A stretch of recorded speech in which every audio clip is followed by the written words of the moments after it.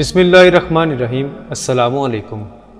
ایک دفعہ حضرت بابا فرید الدین مسعود گن شکر رحمۃ اللہ علیہ اپنے خاص مریدین سے مخاطب تھے، خاص مریدین جو کہ درجہ کمال کو پہنچ چکے تھے۔ دوران گفتگو بابا جی رحمۃ اللہ علیہ نے فرمایا کہ شہر ہرات میں ایک بزرگ رہتے تھے جن کا کاروبار سالن بنا کر بیچنا تھا۔ حسب معمول وہ سالن کی دیگ بنا کر گاہکوں کے انتظار میں بیٹھے ہوئے تھے کہ ایک عورت آئی اور اس نے سالن طلب کیا۔ بزرگوں نے دے دیا۔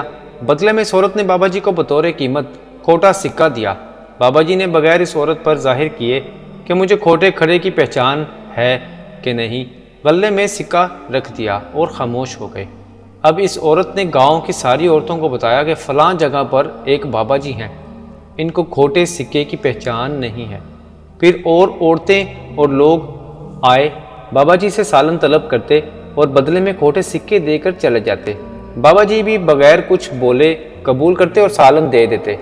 کچھ روز بابا جی بیمار ہو گئے اور ان کا پتہ لینے کے لیے گاؤں کے کچھ لوگ آئے۔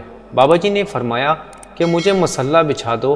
جب ایسا کیا گیا تو بابا جی اٹھے اور اپنے سامنے مصلی پہ کھوٹے سکوں کی تھیلیاں بھی رکھ دیں اور یوں اللہ کے آگے عرض کرتے ہیں کہ باری تعالیٰ، تیری مخلوق کھوٹے سکے لے کر آتی رہی، میں قبول کرتا رہا۔ اے پیکر حق یا رب، آج میرا وقت آخر ہے، تو بھی میری کھوٹی نمازیں، کھوٹے روزے، کھوٹے سجدے قبول فرما۔ تھوڑی دیر گزرنے کے بعد وہاں مکان کی در و دیوار کانپنے لگے اور آواز آئی کہ قبول کی تمہاری دعا، درگزر کیا تمہارا حساب، اور جنت میں نبیوں اور صدیقوں کا پڑوسی کیا۔